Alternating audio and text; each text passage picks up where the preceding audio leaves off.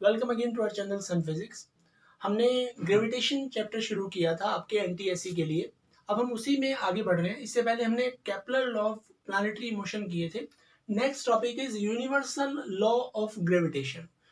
दुनिया में कहीं भी कोई दो बॉडीज हैं तो वो एक दूसरे को अट्रैक्ट करती हैं और उनके बीच में जो फोर्स लगता है एफ, वो उन दोनों के मास, जैसे मान लीजिए एक बॉडी ये है, इसका मास है m1, दूसरी बॉडी ये है, इसका मास है m2, इसके सेंटर से इसके सेंटर तक की दूरी r है।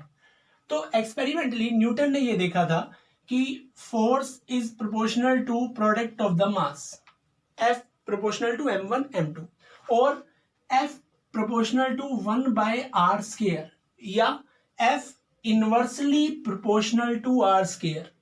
r बढ़ाएंगे तो फोर्स कम होगा, मास ज्यादा होगा तो उनके बीच में फोर्स ज्यादा होगा, मास कम होगा तो उनका प्रोडक्ट भी कम होगा तो फोर्स कम हो जाएगा। इन दोनों को अगर कंबाइन करें तो F proportional to m1 m2/r²।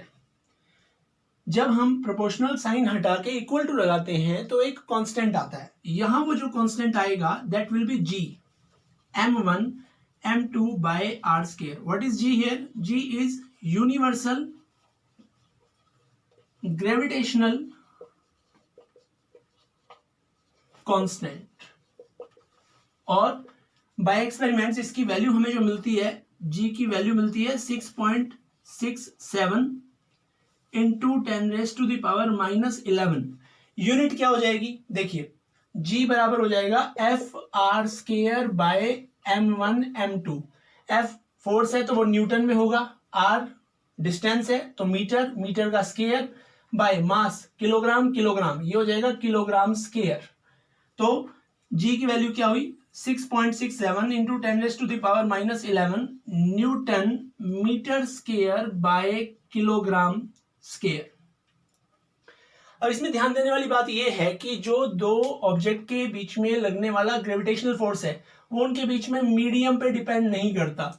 यानी कि ये दो ऑब्जेक्ट एक दूसरे से एयर में दूर रखे हों या वैक्यूम में हो या पानी में हो या वैक्स में हो या किसी ऑयल में हो, दोनों के बीच में जो ग्रेविटेशनल फोर्स लगेगा वो उतना ही लगेगा इन एनी केस। तो इसका मतलब अब हम प्रॉपर्टीज पढ़ते हैं कि ग्रेविटेशनल फोर्स जो है उसकी प्रॉपर्टीज क्या है। अब इसकी प्रॉपर्टीज में आते हैं। सबसे पहली प्रॉपर्टी है अट्रैक्टिव, यानी कि जो gravitational force between two object है वो अट्रैक्टिव होता है, कभी भी रिपल्सिव नहीं होगा। ठीक है।